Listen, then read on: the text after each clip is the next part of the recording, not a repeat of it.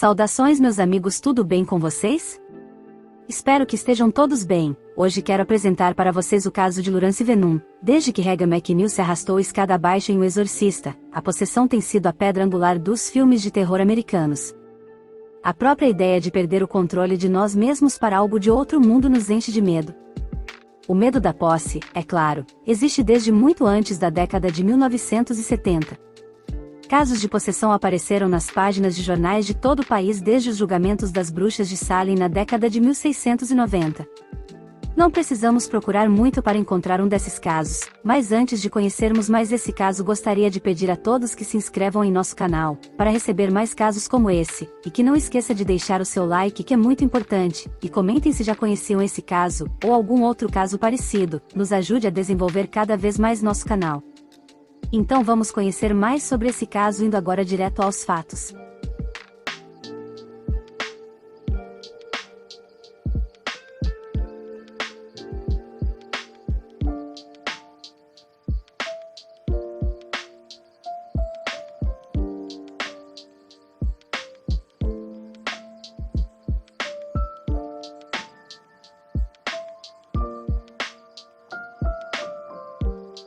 Watseka, Illinois é uma pequena cidade que fica a cerca de 63 milhas ao norte de Champaign. Com uma população de cerca de 5.000 habitantes, não é necessariamente um nome familiar. No entanto, nem sempre foi assim. No final de 1800 e início de 1900, Watseka tornou-se objeto de atenção nacional, com jornais de todo o país debatendo uma série de ocorrências estranhas. Tudo começou com uma jovem, Mary Laurence Venum. Há evidências comprovadas de um caso extraordinário de suposta possessão, não por entidades sobrenaturais ou demoníacas, mas pelo espírito de uma jovem falecida aos 18 anos de idade. O caso foi publicado pelo Dr. Stevens no Religio Philosophical Journal dos Estados Unidos, com o título de Watseka Wonder, e obteve grande popularidade na época que início do século, despertando a preocupação e curiosidade de muitos investigadores do paranormal, e dando origem a uma amarga controvérsia sobre a possibilidade de que o fenômeno fosse realmente um caso de verdadeira possessão. Os fatos aconteceram há mais de 100 anos em uma pequena cidade do estado de Illinois chamada Watseka. Duas famílias viviam naquela cidade naquela época, os Venuns e os Hoffs. Ambos se conheciam apenas superficialmente, tendo contatos muito distantes no tempo e distantes, em todo caso, de qualquer tipo de intimidade. Os eventos começaram quando Laurence Venum, filha dos Venuns, que ainda não tinha 14 anos, teve que ser internada em um local especialmente designado para loucos.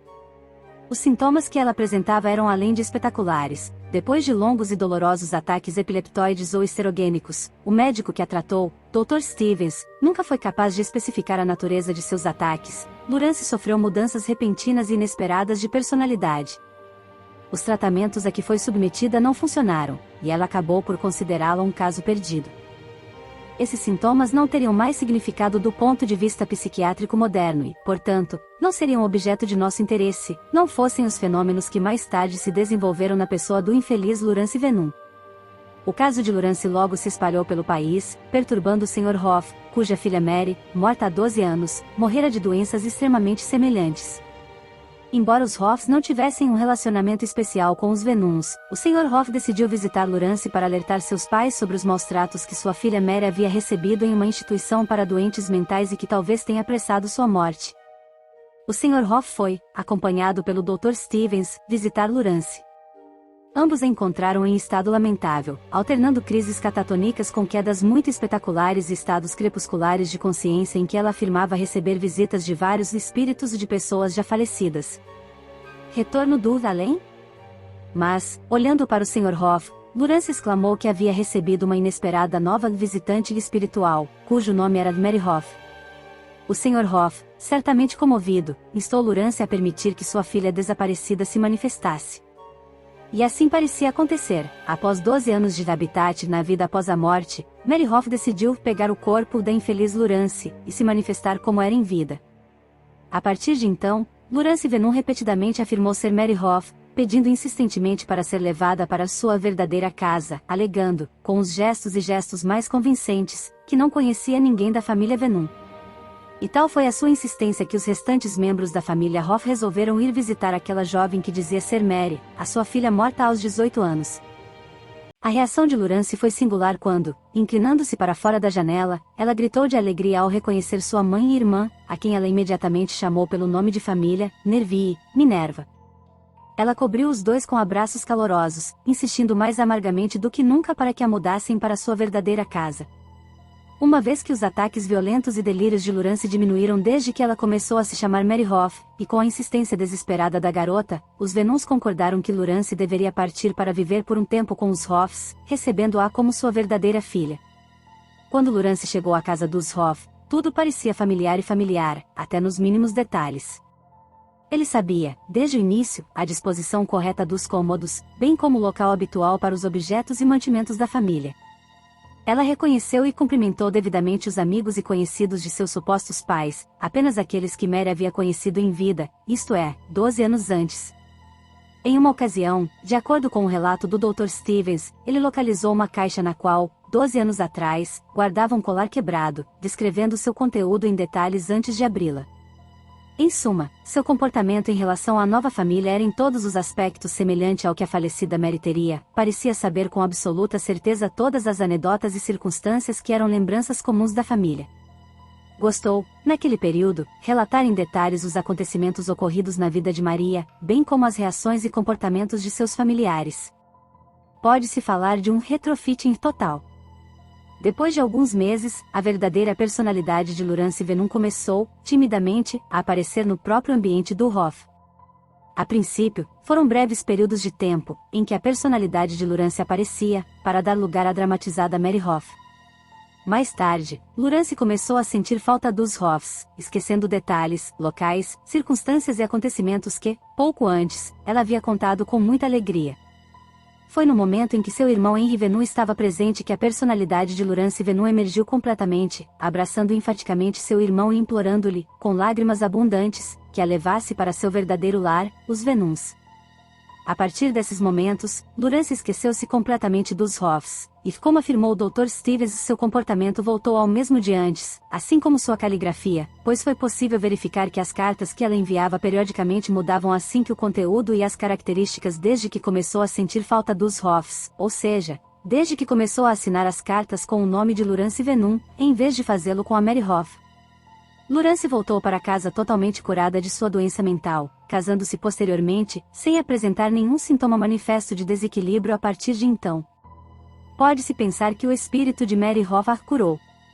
Este é o caso mais perfeito e completo conhecido nos anais do paranormal, que poderia sugerir diretamente a ideia de um processo de verdadeira posse do corpo de um ser vivo pelo espírito de um falecido. Em geral, é aceito como tal por grande número de escritores e estudiosos do assunto e, para dizer a verdade, apresenta algumas características muito sugestivas para nos determos na análise de suas circunstâncias e detalhes. Assim, surgem várias questões. Como Lurance conseguiu conhecer tão perfeitamente o ambiente que cercava a difusa Mary Hoff, considerando, aliás, que já fazia 12 anos que ela deixará o reino dos vivos? Como ele poderia imitar, virtualmente se misturar, o caráter e os maneirismos de Mary? Como você foi capaz de reconhecer imediatamente pessoas que antes eram desconhecidas para você como seus pais e irmãos? Todas estas questões não nos levam direta e necessariamente a colocar-nos a questão mais fundamental, e sobre a qual desenvolvemos algumas considerações. O corpo do jovem Lurance Venum estava realmente possuído pelo espírito, psiquismo, consciência sobrevivente, memória, etc. da falecida Mary Hoff? De que outra forma? Algumas desvantagens apresentam o caso em questão. Que os fenômenos que esse Dr. Stevens nos narra como produzidos pela jovem Lurance Venum pertencem ao campo do paranormal é algo que, se for verdade o que ele relatou, não temos dúvidas. Encontramos 3 pontos fracos no caso descrito que poderiam colocar em dúvida a ideia de posse. Tanto o Dr. Stevens quanto o Sr. Hoff eram viciados no movimento espírita, é provavelmente por isso que o Dr. Stevens, observando as qualidades mediúnicas que Lurance exibia enquanto ela estava internada no manicômio, convidou o Sr. Hoff para visitá-la, para ver se ele poderia manifestar, através das faculdades mediúnicas de Lurance, o espírito do filho desaparecida, possibilidade que, segundo as convicções espíritas, não seria muito remota. E é assim que parece ter acontecido. Lurance, talvez sentindo por algum canal hiperestético ou extrasensorial que o Sr. Hoff desejava se comunicar com sua filha morta, permitiu que a personalidade de Mary Hoff se manifestasse, e o último não é surpreendente, pois bem, um dos sintomas da doença mental que a levará à prisão era, justamente, a manifestação de personalidades alternadas. E Lurance ficou tão camuflada com a personagem de Mary Hoff que, por um período de tempo, passou a vivê-la, esquecendo-se completamente de sua verdadeira personalidade. Tampouco essa atitude deveria nos surpreender, já que nos anais da psiquiatria há inúmeros casos de personalidades psicóticas que afirmam ser pessoas diferentes do que realmente são.